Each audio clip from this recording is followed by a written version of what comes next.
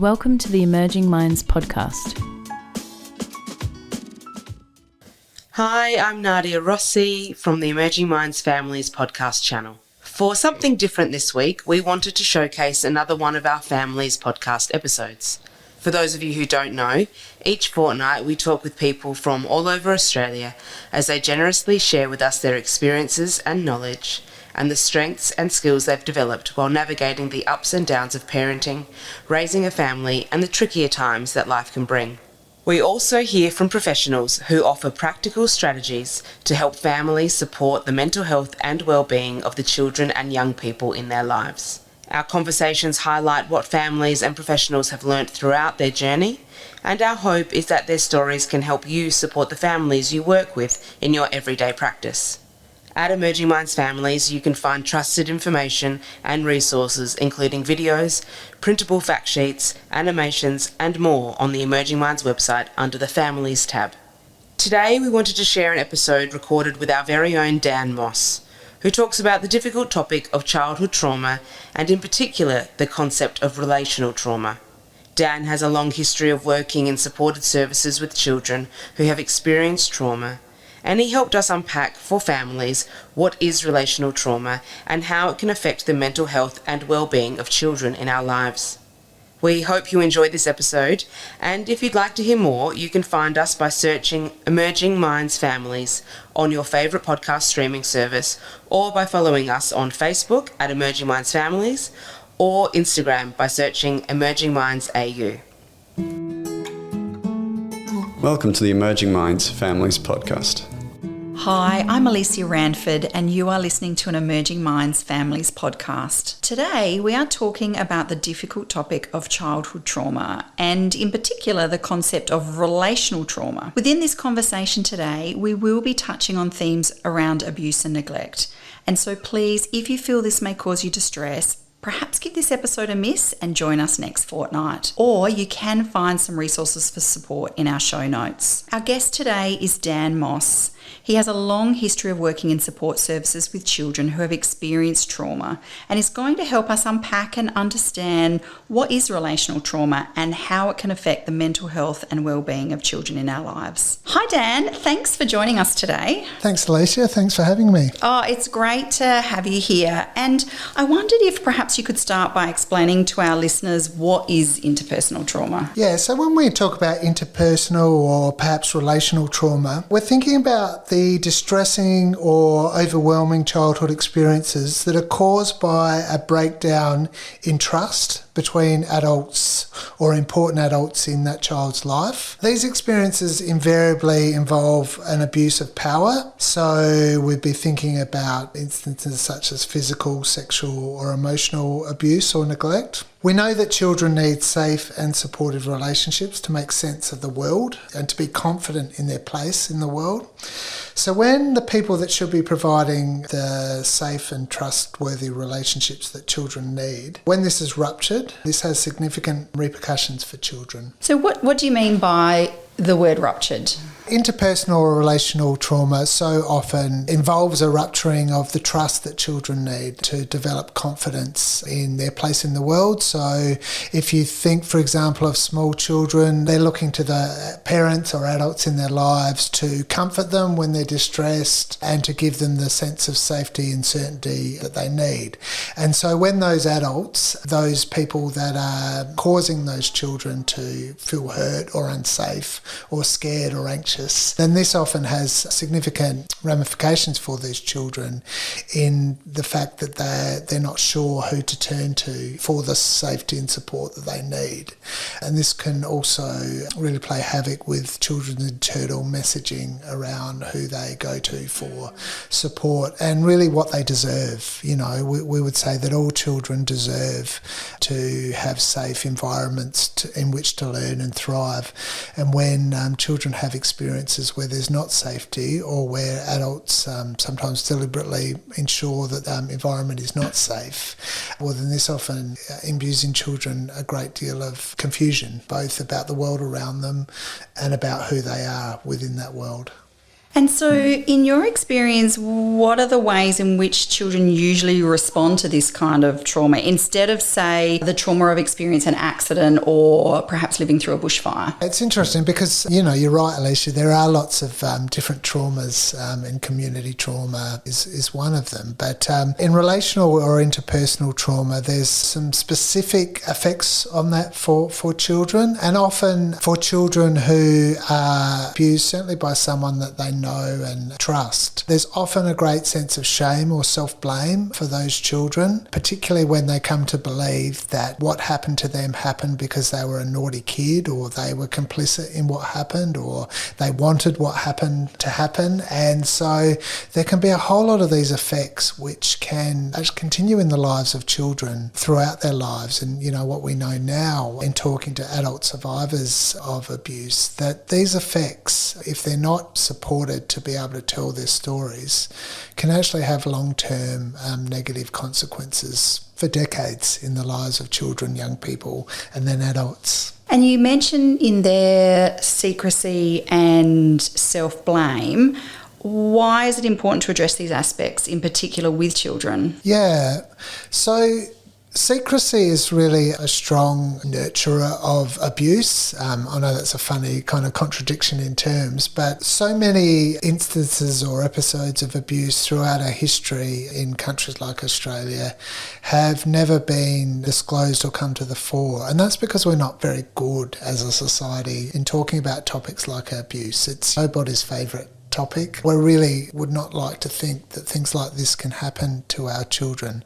But of course, recent events in Australia, and we've seen, so many media events now where we're thinking about institutional sexual abuse of children. And so now as a society, we're much better at understanding that these things can and do happen to children. And as a society, we need to be better at being able to firstly protect children from the effects of abuse, but also be better at having conversations like we're having today, because children who have been abused are so often told by the perpetrator that if they tell someone what happens, then they will get in trouble themselves, or their parents might be in trouble, or this will cause their family to break down. And so not only are children having to by themselves make sense of the really traumatic and at times horrifying events that happen to them, but they're also trying to negotiate living with these events alone so that they don't hurt the people that they care most about in their lives. And if you think about sexual abuse particularly, perpetrators are often so effective in making children believe that their family members will come to great harm if this abuse is ever disclosed. So secrecy is a really strong risk factor still in our society in terms of helping children who have been abused to be able to seek the necessary support for that abuse. If we look at self-blame too, so many children who have been through abuse come to believe either through the words of the perpetrator or through things that happen to them later in life. So these children are more likely to have trouble at school or to have trouble with friends. And so children who firstly go through traumatic events and secondly have the effects felt in their peer or school or family relationships so often just start to begin to think of themselves as failures. And so these effects can become really quite real for children who are not only dealing with the trauma itself, the event itself, but with the ramifications for years to come. Dan, for parents listening today, and I have 2 children myself who are young adults now, I always tried to really foster an environment where they felt that they could tell me anything. And I listen to you now talking about perpetrators who perhaps encourage the notion that children can't trust in their parents or carers. What can parents do to really give that message strongly to their kids that they can trust them or tell them anything? Yeah, really great question, Alicia. And I think there's so many wonderful ways now that families and parents are able to imbue in their children a sense that they can tell them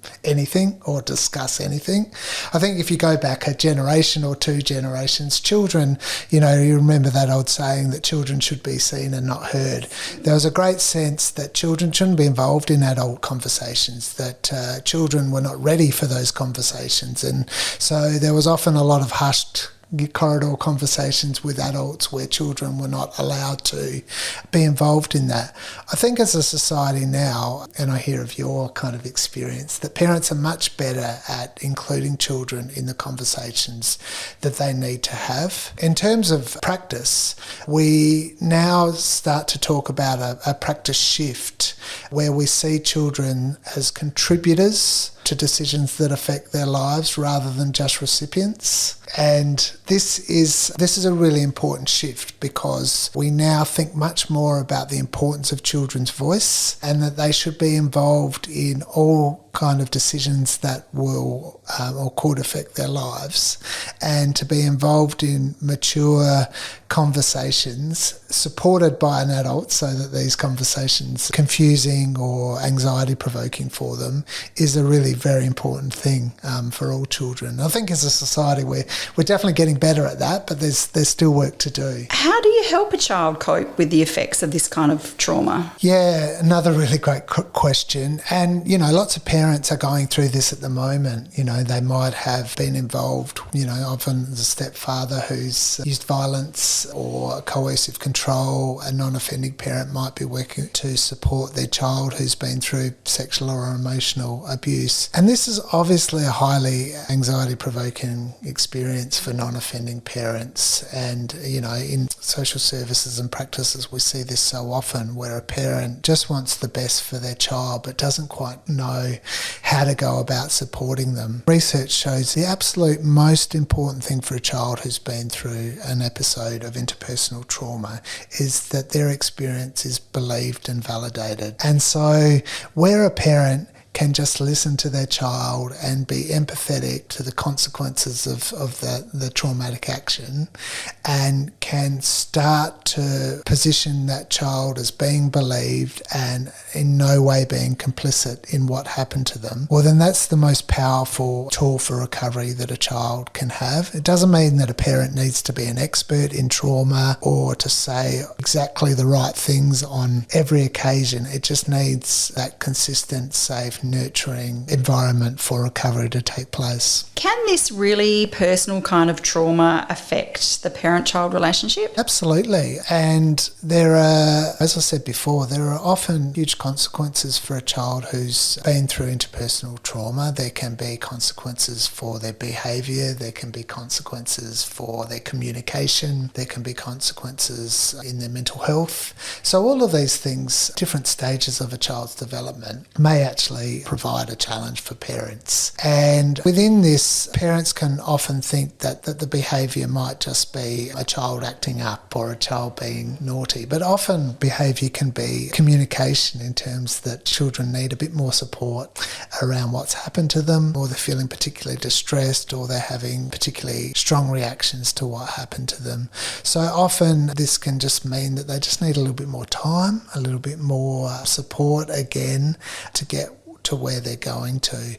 But again, with that consistent support, there's no reason that children can't make those recoveries and that they can't enjoy the same sorts of experiences that other kids do. I think often for parents it's a great sense of anxiety that, their child's going to be forever affected negatively and not enjoy the same experience as other children.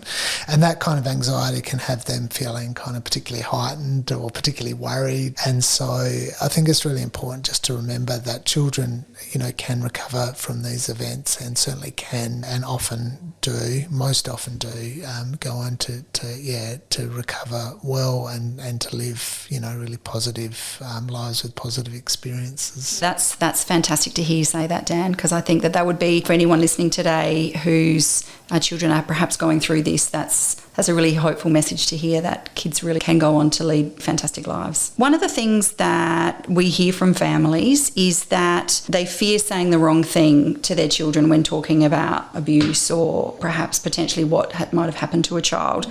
What would you say for our listeners who perhaps are feeling that way themselves? This is a really natural reaction, isn't it? I think also it bears mentioning that children who have been through traumatic experiences often have demonstrated a real sense of resilience against the odds, against a kind of powerful adult in being able to do that. And so, when we're working with resilient children, it's not so much saying the wrong thing that will either help a child recover or not recover. It's the more consistent environment that where a child's able to express what happened to them, able to tell their story, able to have the consistent support that they need.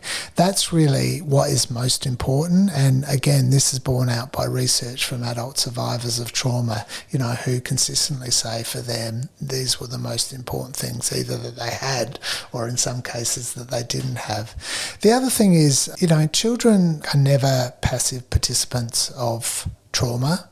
We can often think that children just have things done to them. But, in my experience, children have so often found such innovative ways either to tell somebody or to keep younger siblings safe or to keep their mother safe sometimes.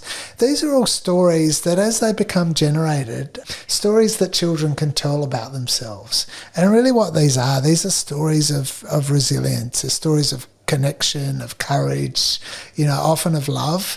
And, if these stories can be told by children, then they're a really great safeguard against shame or self-blame. It's really helping children to tell a new story about themselves, one where they weren't passive, one where they just didn't kind of let someone do scary stuff to them, where they, found a way through that. They found a way to tell somebody. And once I think parents are able to share in these conversations with children, it may be that initially a kind of a therapist or a support person is needed to kind of start to safely tell these stories. But once children are able to tell these stories, well, then this provides a new opportunity for meaning making. So rather than children seeing themselves as losers or weird or their fault, they start to be able to have a whole new story open up to them, which provides much more positive interpretations of what has happened. And that real strength of character that they've shown to survive during these circumstances. Yeah, absolutely, Alicia. And, these stories don't come to the fore unless parents and important adults and teachers and practitioners are able to kind of ask children questions. And, I'm not saying that we ask these children these questions, without a great deal of care and deliberation and thinking about what's the right time. But where we are able to ask these children questions about their experiences in ways that open up new areas of thought or meaning making, then you're right. They are absolutely more able to think about the strength of character that they've shown to get through a really quite emotionally, physically or sexually abusive situation. You mentioned other trusted adults like teachers and I think you mentioned family, friends, but what role can a child's village or community play in supporting them when they've experienced some trauma like this? Yeah, it's a really great question. And what we find is that where you can build a team around the child, where all of the adults, whether they be a non-offending parent or a cousin or an uncle or a teacher or a social worker, where they're all guided by the same consistent messages about, as you said, that child's strength of character or ways that child finds to kind of protect themselves, where they all know about these stories and can keep reinforcing them, then that provides that village, as you said, around a child which is totally safe, consistent and nurturing and counters those kind of voices of self-blame or shame or secrecy that child may carry with them. Often I think that what can be tricky for some parents, what they say is that they have this team, but they have a couple of people in that team that might sometimes go down the path of blaming their child or saying things like, if only you didn't go with that person or if only you didn't make that decision. And that can be the challenge for a parent, I think, who's wanting to make sure that their child is nurtured by safe and consistent messaging. So in thinking about having a team, a consistent team around a child, there's some work, I think, to be done in making sure that everybody's, on the same page. And talking about this lovely way to create a team around a child, you spoke before about children being active contributors in these conversations. How can parents help their child do that? Where a child is actively involved in what they want from their team, then, and often this will be dependent on how old or the stage of development of a child, but where a child, or where we can actively ask a child what they need from us as adults and to form a team, what they would most like from us, then we're moving away from the thought or the assumption that that child is completely naive about their experiences, and actually we're moving to a acknowledgement that that child is knowledgeable. That child is the one who has been through event or multiple experiences of trauma, and so they have some idea about what makes them feel better.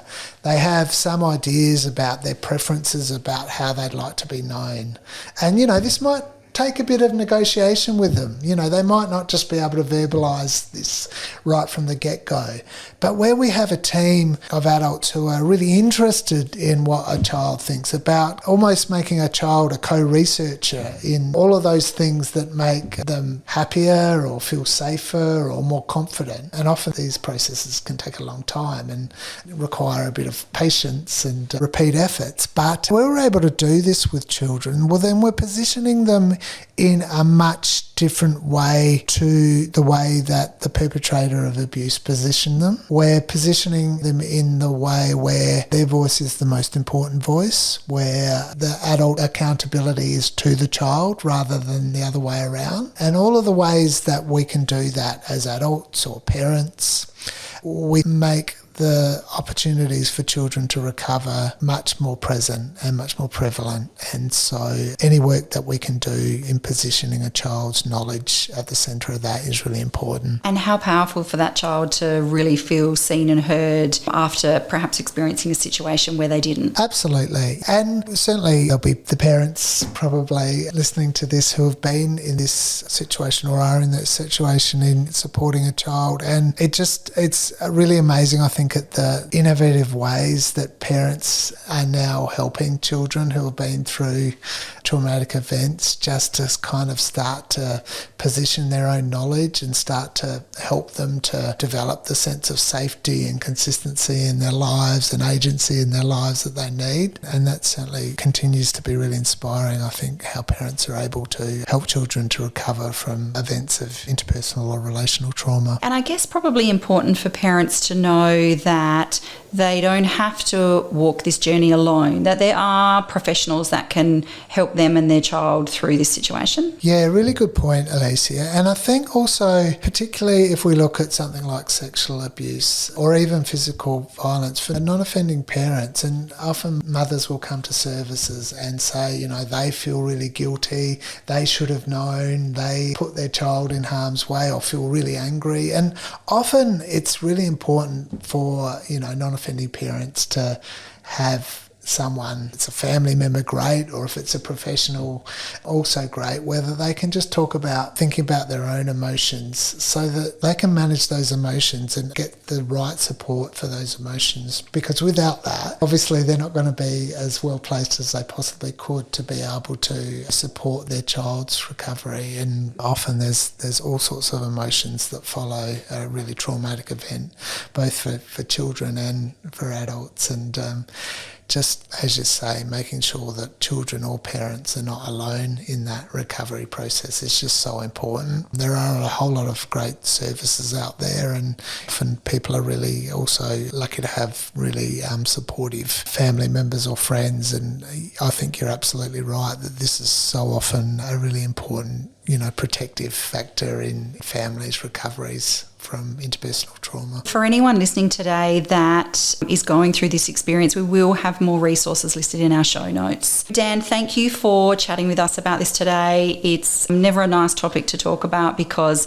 as parents, we hope that we're never faced with that situation. But what would be, for our listeners today, the one thing that you'd want them to take away from this? Just in terms of thinking more broadly about how we can avoid secrecy in our society and in our families, and how we can involve children in important conversations about their safety and their ability to be able to tell their parents or family really important things whenever they need to, and also ways ways that we can think about how we help children to make meaning of possibly distressing events in their lives, and how we can constantly open up opportunities for children to tell their stories, and to tell their stories in ways which really demonstrate their sense of resilience and connection. And as you said, strength of character, I think, is a really lovely message to leave on. Thanks, Dan. That's really great advice. And yes, thank you again for spending time with us today. Really appreciated it.